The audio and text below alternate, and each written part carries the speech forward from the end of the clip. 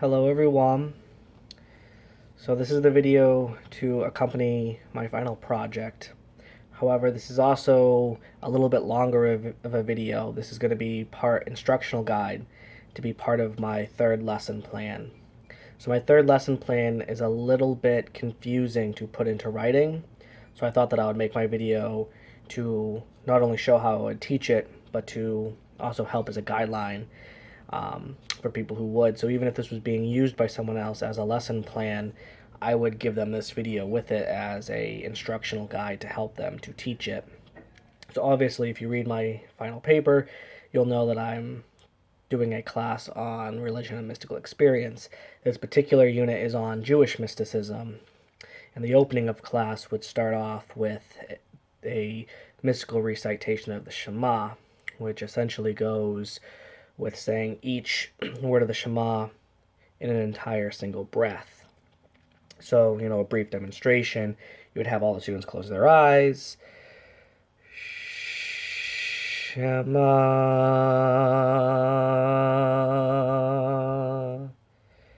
Israel.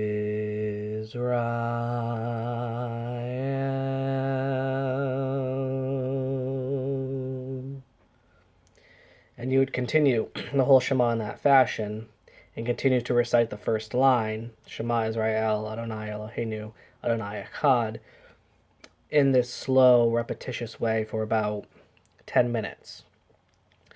Afterwards, you would teach the meaning of the Shema, both the literal but then the more mystical teaching, which is what I'm going to demonstrate here.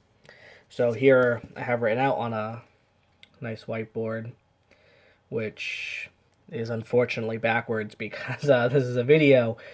And it's going to be difficult for me to fix that, so we're going to have to bear with me for this video as is. So you can see the Shema in transliteration here, and then above it is the literal translation. Listen, O Israel, the Lord our God is one. At which point I would show that although this is the literal translation, there is a deeper mystical translation to it.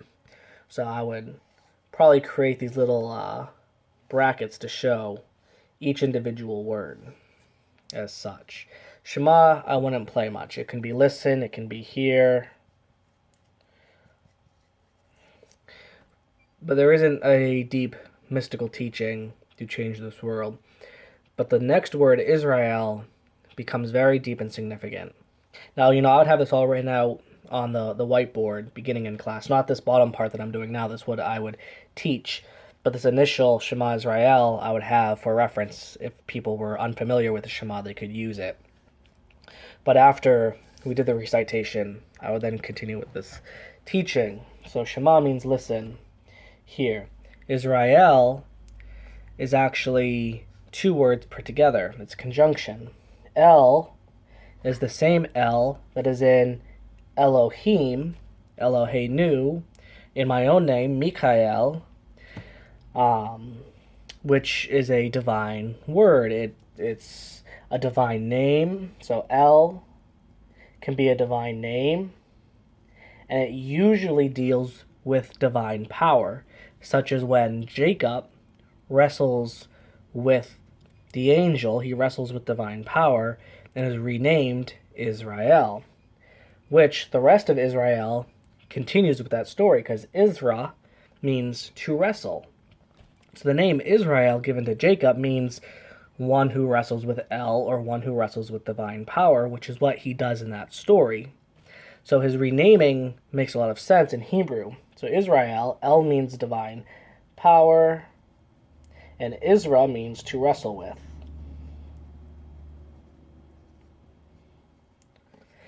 Now, Adonai, as most Jews would know, is a placeholder for a word that we do not use and we do not say. It's ineffable. However, it has so many layers of meaning behind it. So Adonai directly means Lord, which is why it gets translated as such. But Adonai is a placeholder, like I said. If you actually look at the letters, none of them spell out Adonai whatsoever. We actually, and I'm not going to write it on the board because it's a sacred word. However, if we understand Hebrew, we'll begin to understand that the root of this word Adonai is the same root for to be. So if you wanted to say I was going in Hebrew, the word was would actually be a version of what we see in Sidurs for Adonai, usually symbolized in most Sidurs as a double yod. However, in a lot of Sidurs, as well as Torahs, you'll see the actual spelling. But it's stemming from the root to be. However, if we look at it, it's not conjugated in any tense. It's not past, present, or future. It's actually conjugated in all tenses simultaneously. So if we actually look at the tetragrammification, that is what this is called, the Adonai, the four letters. It's actually the verb to be conjugated in past, present, and future. So Adonai means what is, was, and will be.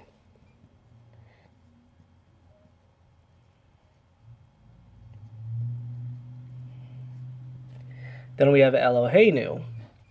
Eloheinu, as we've already mentioned, El is a divine name dealing with divine power. Eloheinu conjugates it as the possessive. The U at the end is making it R. R, divine power. So we have this R in here, and then this L of divine power.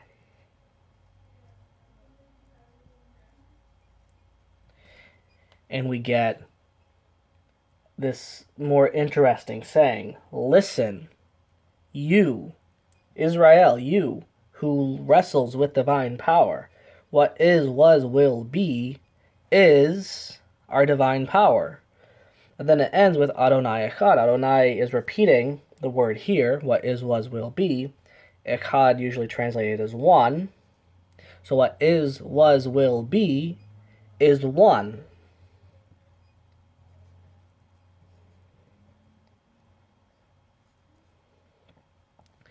So the Shema, which is the proclamation of the Jewish faith, is this proclamation that all of us, the entire nation of Israel, which is a nation that wrestles with divine power, what is, was, and will be, the totality of all time in the universe, is our divine power, and this totality of the universe is actually one. It's whole. It's one thing.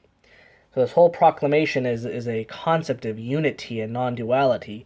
It is creating a statement that is trying to express this entire concept that all space and time are one and the same, and that this is actually our God or our divine power. So when Jews say that Adonai, or sometimes spoken as Hashem, which means the name that we don't say, when we say Adonai Eloheinu, we're actually making this call that our God is everything that has ever been, is, and will be. It is the total being. It is all existence throughout time is the Judean God. And this is what Shema Israel represents from the mystical side. So this recitation that we just did of the Shema is this slow acceptance of this reality, that we are listening to both the divine as well as ourselves, who are wrestling with this concept, wrestling with the divine, Israel, which is wrestling with this concept that there is no separation, there is no duality. Everything that is, was, and will be is Judaism and is our God, including ourselves. We, in this formula, is technically part of God. This is the mystical teaching of the Shema. After this, in the lesson plan, I move into a little bit of the history of Jewish mysticism, which I'm not going to go over here. You can read that in the lesson plan, but I'm going to move on to section 3, which is the Sephirotic system. So the Sephirot actually means divine chambers. We usually call this the Tree of Life in English because of the mystical book, Yetz HaYachim, the Tree of Life.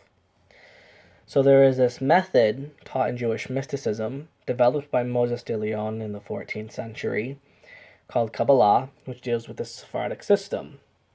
So essentially we have two planes of being, which is how this whole system begins. We have this above plane, which is usually called Ein Sof. Sof means end. Ein is a negative, a without. So this could be spoken as without end. Down here we have the material plane, or essentially our world, the physical world of being. The Sefirot is supposed to connect the two together. It is seen as the tree that we climb up to the Ein Sof, up to the without end, or that which is without end, sometimes considered to be the infinite. And the Sefirot, which some of you may have seen before, looks like this.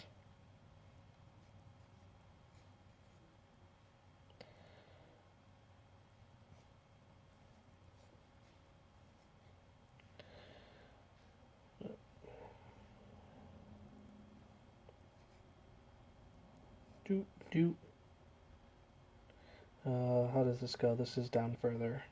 This is down here. These connect here, and these connect across. So this is the traditional view of the Sefirot. Sefirot being these divine chambers, Sephirah being the singular, Sefirot being the plural. But these are divine chambers. The entire thing translated as the Jewish tree of life, the Etz HaChaimim, which means tree of life. But this is supposed to be the connection between these two. The way that Jewish mystics see this is that this infinite, this concept that is without any end, that there is no end to it, is all things and all light. The Sefirot act almost like a prism that breaks this infinite concept of endlessness into a way that we can perceive it into the material plane. Now, it is made clear within mystical study that we are not to worship this. This is not God. Even though these deal with the divine attributes of God, this itself is not Adonai. Adonai, what is, was, will be, would be all of this. Ein Sof, the Sefirot, and the material plane all in one. That would be what Adonai is here. Even though within here, Adonai is going to be given particular name to particular Sefirot, technically speaking, it is the whole. It is everything. And this individually is purely a way for us to understand the everything. So each of these divine chambers deals with an attribute of the divine being. So we have the top, which is known as Keter, or technically translated as the crown. But what it really symbolizes and the attribute that it's trying to denote is emptiness or nothingness.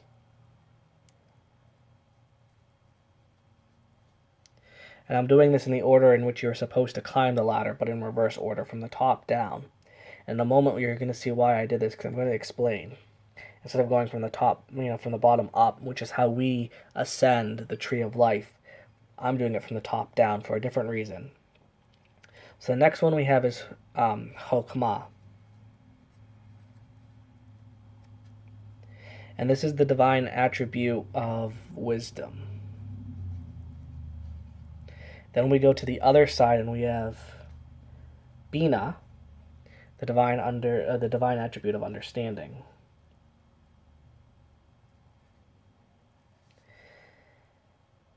Then we ascend across, so we kind of go in this diagonal pattern throughout. So we go across to Chesed, which is love. And then across here we have Gevurah, which is usually translated as judgment. This could also be seen as like power or strength, the divine attribute of power and strength.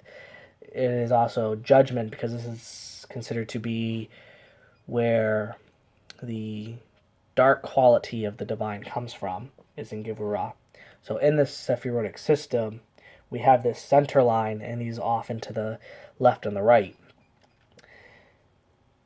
we need to balance the left and the right together. This is to say that too much love, unbalanced by not enough judgment, is just as problematic as too much judgment without balanced by love.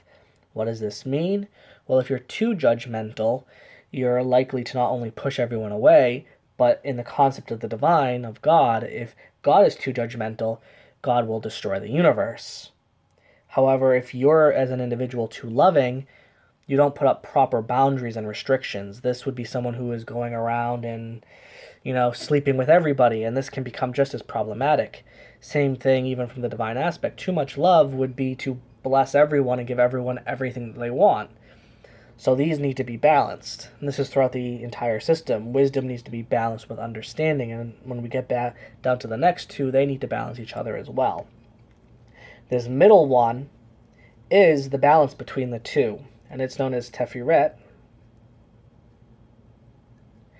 and is usually translated as compassion or mercy.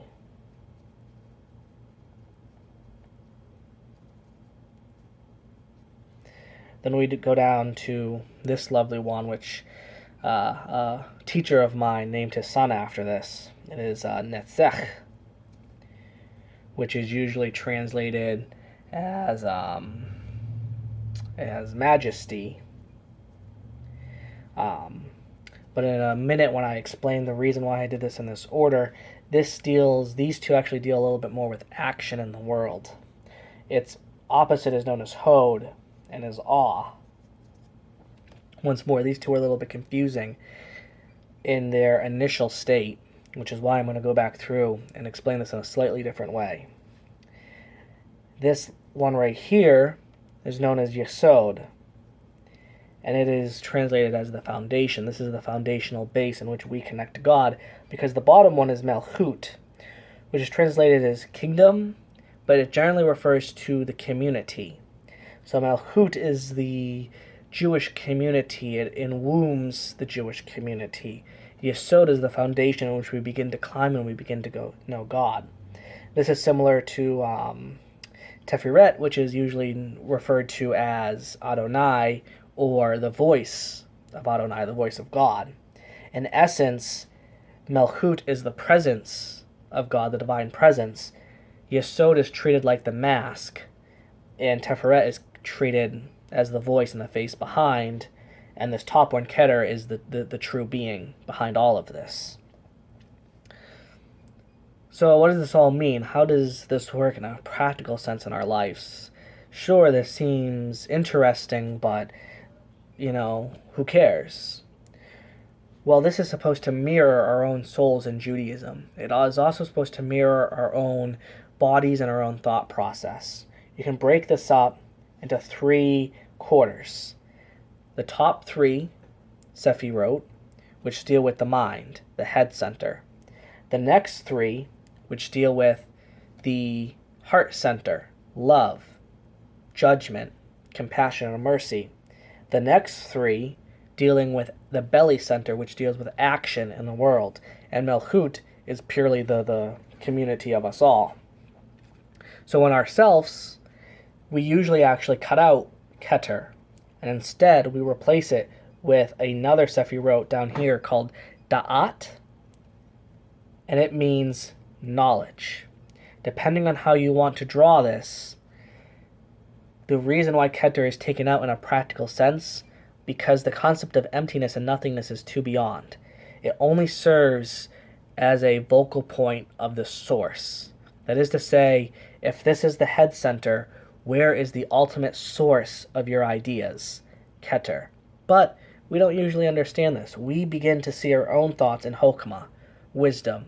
We have this concept formulate in our mind, and then we move into this understanding. What is this concept? And once we put these two together, we end up creating Da'at, which is knowledge. Now we have a knowledgeable idea of what we want to do. We can put this in the practical sense, such as starting a business. You have this wise idea that you want to make money. You understand the need in which to make money, and you come with the knowledge that creating a business would be the smart way to be able to do so. So after we have our thought, we don't actually go right into action. The next thing that our thoughts process through is our feelings, our heart, How does this make us feel? What do we feel about it? Do we love this idea? Are we judgmental towards the idea? Are we compassionate and merciful towards the idea? So this is where the next idea comes into. We have to deal with our emotions around the thought that we had. Then we move into the area of action. And this is where these two, Netzach and Hod, make a lot more sense in this entire system. Netzach, similar to unbounded love, would be unbounded action. This would be like the Hulk, your neighbor is the Hulk who wants to borrow a cup of sugar. What does the Hulk do? Well, he comes in and smashes down your door and just takes it. It's unbounded action. There is no restriction. There is no respect for others. It knows what it needs to create the idea. And if we keep the idea of starting a business, it knows the action it has to take, and it has no bounds to anyone else willing to destroy and step on anyone it needs to. This is balanced by Hod, which is the complete opposite. It is the most respectful form of action. If Hod was your neighbor wanting to borrow a cup of sugar, Hod would come up and knock so gently. Excuse me, can I please borrow a cup of sugar? This would be Hod. Hod would have no oomph or force to be able to get your action into momentum. And this is all accumulates into foundation. Once you get to foundation, your thought has a complete foundation now in reality. You've gone through this entire process of what you think to how you feel about it, of how you're going to act upon it. But this is this whole system of splitting it down the middle and how all of this needs to balance itself. If you love your idea and you're not judgmental about it at all, you might miss huge areas that you need to consider, areas where you might fail or get mistakes in. If you're too judgmental of your idea, you might never have enough love to put it into action. Then when you get into action, if you're too braceful and too active in it, you might end up hurting those that you care about and stepping on other people in the process. But if you're too meek with your action, you'll never be able to actually fulfill it. Thus, in all of this practical sense, the Sefirot is a mirror of our own souls and our own process of actually accumulating what we want in the world into reality. And this is how Jewish mystics actually use this in a practical sense. This is some of the heart of Jewish mysticism. It's some of the heart of all mysticism. If mysticism doesn't have a core of a practical way into your life, then it's all for vanity's sake. Even the practice that we began with, in understanding even the beginnings of non-duality and unity and oneness, is all part of this greater understanding of the self, your soul, your thought process, your own spiritual energy, and how to manifest this properly in the world. And that is the pinnacle of picking up any practice, whether it's meditation, whether it's tantra, whether it's Jewish mysticism. How does it impact your life in an important and meaningful way that allows you to become a better person and a better member of your community and your family? And this is how the Sefirot should be used as a mystic. Not just these transcendental thoughts of divine attributes, but how do these divine attributes relate to you, and how do you use them in an everyday sense? So that's the end of my accompany lesson. For more information, obviously look at my lesson plans. I'm sorry I don't have a bigger whiteboard. Obviously, if this was a classroom and I had a large whiteboard, this would have been a lot easier to see, but this is generally how I would teach this material. Hope you enjoyed. Thank you.